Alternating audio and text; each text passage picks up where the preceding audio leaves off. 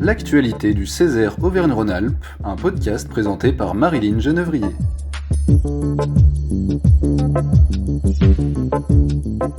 Bonjour et bienvenue dans le podcast du Césaire. Le Césaire, Conseil économique, social et environnemental, ce sont 190 conseillers de notre région.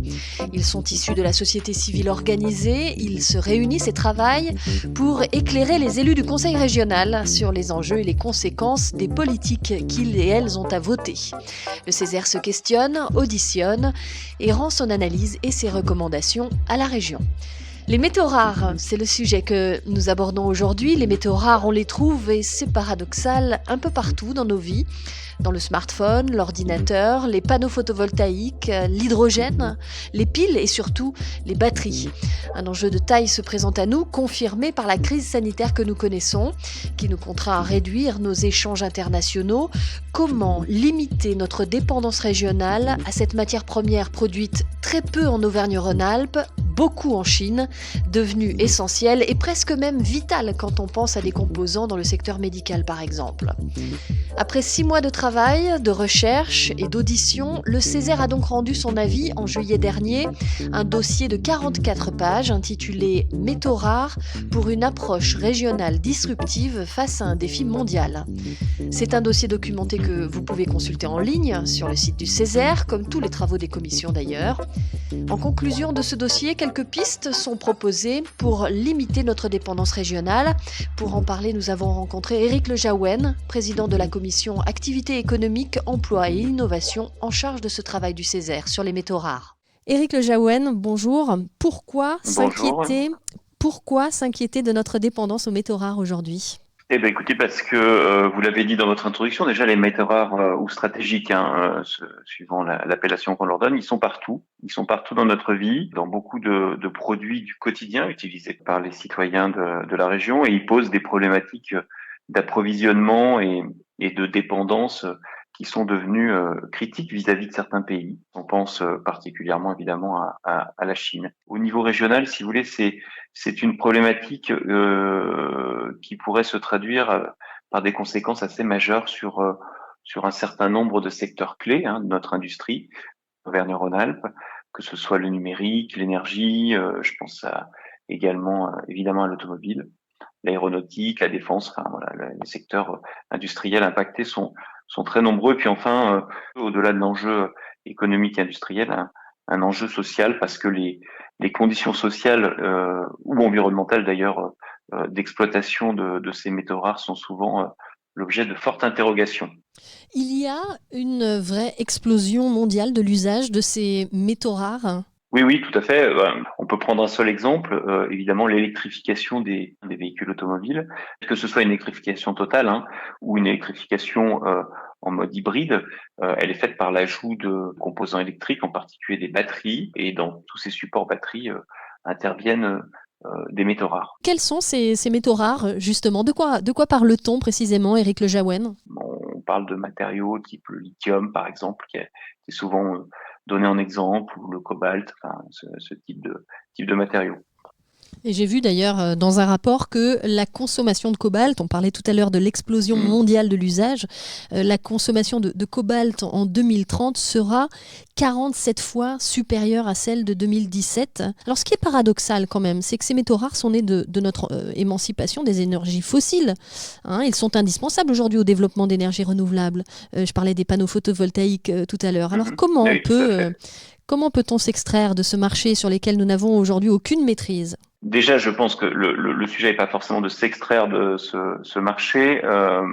C'est un marché nouveau sur lequel, en fait, la France et la région Auvergne-Rhône-Alpes a également des atouts. Nous, on a fait un certain nombre de propositions pour, en tout cas, que l'économie de notre région ne soit pas laissée à la marge de ce marché nouveau. Quelles sont-elles, ces propositions ? Est-ce que vous pouvez nous les lister ? Il y en a plusieurs. Il y a 4 pistes qui avaient été identifiées.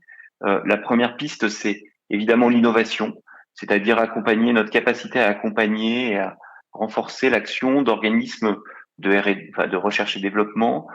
Ensuite, on a une piste qui tourne autour du développement de filière de recyclage dans le secteur des métaux rares. Donc cette filière qui existe déjà par la présence de 2 entreprises dans notre région, d'autant plus que c'est une filière qui est extrêmement utilisatrice de main-d'œuvre parce que des segments industriels du process de recyclage ne sont pas automatisables. La troisième piste, c'est évidemment plutôt de favoriser un mix en matière de stockage de l'énergie par la promotion, on va dire, d'un certain nombre de solutions techniques peu consommatrices de métaux rares pour éviter en fait la dépendance demain aux tout-batteries. On en parlait pour l'automobile, mais ça va être vrai également sans doute pour l'habitation. Et puis enfin, la dernière piste envisagée par le Césaire Auvergne-Rhône-Alpes est une piste qui, elle, est plus complexe, on va dire, puisque c'est une piste qui tourne autour de l'extraction. Sur notre territoire, en Auvergne-Rhône-Alpes, on est un vieux territoire minier dans lequel l'exploitation minière était une industrie forte dans un certain nombre de territoires de notre région. Donc nous, on souhaite rouvrir, on va dire, ou renouveler le débat citoyen autour de ces questions, en s'appuyant sur des réflexions nationales que le CESE a préconisé, ne serait-ce que la mise à jour de l'inventaire minier. Passer à côté de la question et du débat que doit engendrer cette question nous semble dommage. Merci Éric Lejaouen. Pour faire le tour du sujet, comprendre les leviers qui pourraient nous permettre de réduire notre consommation de lithium, de cuivre ou d'autres métaux rares, le Césaire a auditionné des entreprises de la filière recyclage et des chercheurs en innovation. C'est le cas d'Étienne Bouillet, chercheur au LITEN, le laboratoire d'innovation du centre de recherche grenoblois, le CEA, Commissariat à l'énergie atomique et aux énergies alternatives. Étienne Bouillet, bonjour. Vous avez été auditionné par le Césaire en qualité de chargé d'affaires européenne sur la problématique des métaux pour l'énergie. Les métaux rares en font partie.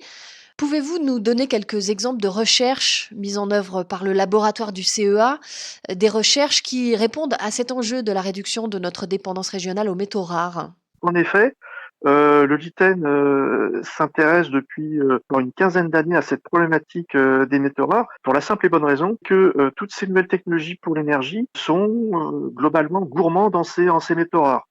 De quoi parle-t-on ? Donc, on parle typiquement des batteries. J'évoque aussi le photovoltaïque.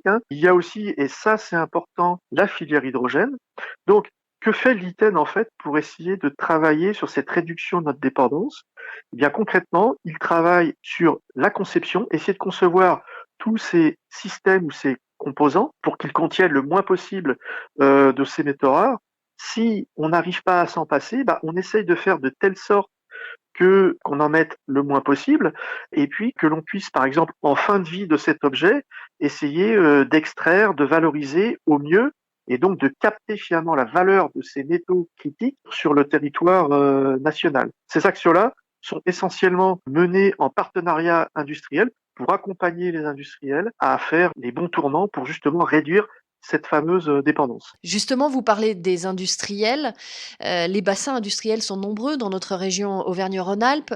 Prendre à bras le corps cette question de la dépendance aux métaux rares, c'est une manière de consolider ou d'accompagner une nouvelle filière d'excellence au niveau régional ? Je dirais plutôt qu'une filière, c'est de rayonner au travers de toutes les filières d'excellence industrielle qu'on peut trouver. Tout à l'heure, j'évoquais l'hydrogène. Il se trouve qu'on a une petite société qui s'appelle Symbio, qui a pour vocation de fabriquer ce qu'on appelle des piles à combustible ou des piles à hydrogène. Elle a un site à Chambéry, elle a un site à Grenoble, elle va avoir un site industriel tout près de Lyon. Cette entité est soutenu par des gros industriels, un soutien où il y a des investissements à la fois de Michelin et de Forestia. Donc ça veut dire qu'il y a une volonté à la fois nationale de rentrer dans cette filière hydrogène qui se traduit naturellement au niveau régional, au niveau aura. Je pense que cette problématique des métaux rares peut être un fil rouge qui va mettre en exergue quelques filières d'excellence de notre belle région. Que faudra-t-il à notre région Auvergne-Rhône-Alpes en termes de décisions politiques pour réussir ce pari des métaux rares ? Les autorités de la région doivent être extrêmement vigilantes sur toutes les initiatives qui peuvent apparaître ici et là dans la région pour essayer de les accompagner au mieux. Ça, je pense beaucoup à toutes ces startups qui existent et qui sont générées en région. Il faut aussi une impulsion politique pour aider, soutenir toutes ces initiatives, connecter les chaînes de valeur, ça c'est important. ce qu'on appelle la symbiose industrielle, hein. Je veux dire, le déchet d'un industriel A peut être un intrant de l'industriel B. Donc avoir des visions, enfin développer des visions systémiques. Et ça, je pense que la région, les autorités régionales, toutes les entités liées à la recherche appliquée peuvent contribuer à cette tâche. Merci Étienne Bouillet. Dans son avis, le Césaire pointe également du doigt la nécessité de sensibiliser le public sur notre dépendance aux métaux rares. Pour parler de ce sujet, nous avons rencontré Aurélie Dessin, membre du bureau de la commission en tant que personnalité qualifiée environnement. Aurélie Dessin, bonjour. Pourquoi sensibiliser le public peut-il nous aider à limiter notre dépendance régionale ? La sensibilisation du public permet généralement de modifier certaines pratiques, à la fois des pratiques d'utilisation mais aussi des pratiques de consommation. Or, dans le sujet des métaux rares, ce qui pose problème aujourd'hui, c'est qu'on a une consommation de plus en plus importante de ces matériaux et le grand public a encore une méconnaissance des métaux rares. Même a priori, on peut penser en parlant métaux rares que ce sont des matières difficiles à trouver. En revanche, on s'aperçoit, pour ceux qui liront un petit peu la documentation du Césaire et du CESE, que ce sont surtout des matériaux qui sont difficiles à obtenir de façon géostratégique, plus que rares encore dans le sol, et surtout qu'ils sont difficiles à obtenir en termes d'extraction, parce qu'ils causent des pollutions extraordinaires et aussi ils causent des méfaits sur la condition humaine dans les pays dans lesquels il est exploité. Et une meilleure information peut aussi inciter à une meilleure consommation. Quels sont, selon vous, les leviers de cette sensibilisation ? L'économie circulaire tend à maîtriser les flux d'énergie et de matière à toutes les étapes du cycle de vie. Si on peut expliquer ce concept-là, déjà dès le plus jeune âge, on permet d'avoir des citoyens qui se construisent avec une vision de consommateur. Le terme de consommateur devient de plus en plus présent dans les réflexions. Si on peut expliquer de quelle manière un objet tout simple qui est de plus en plus accessible, de plus en plus jeune, comme le téléphone par exemple, de quelle manière cet objet est produit, de quelle manière il peut avoir une seconde vie, de quelle manière après sa construction permet ou ne permet pas que les éléments vraiment indispensables mais stratégiques puissent être recyclés ou non, ça permet à la population d'avoir un regard sur la façon dont elle consomme, un regard aussi sur la façon dont elle peut agir dans ses choix de tous les jours pour une consommation plus responsable. En sensibilisant aussi toutes les franges de la population à la réparation, on s'aperçoit que peut-être elles seront aussi plus sensibles à la façon dont elles se défont d'un article qui ne fonctionne plus.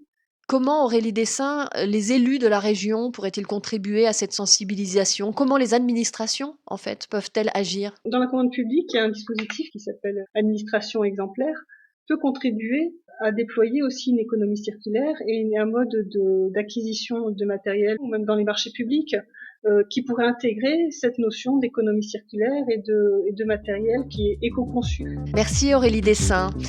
Les métaux rares, métaux stratégiques, sont un enjeu majeur, vous l'avez compris, dans les transitions numériques, écologiques et énergétiques qui se mettent en œuvre. Ceux-ci font l'objet d'une répartition inégale d'un point de vue géopolitique et les risques de dépendance sont importants à l'échelle régionale, nationale et européenne. Le Césaire invite la collectivité régionale à se saisir de ce sujet et à s'appuyer sur les atouts du territoire pour agir dans ce domaine dans une approche prospective. C'est le sens des recommandations qu'il propose.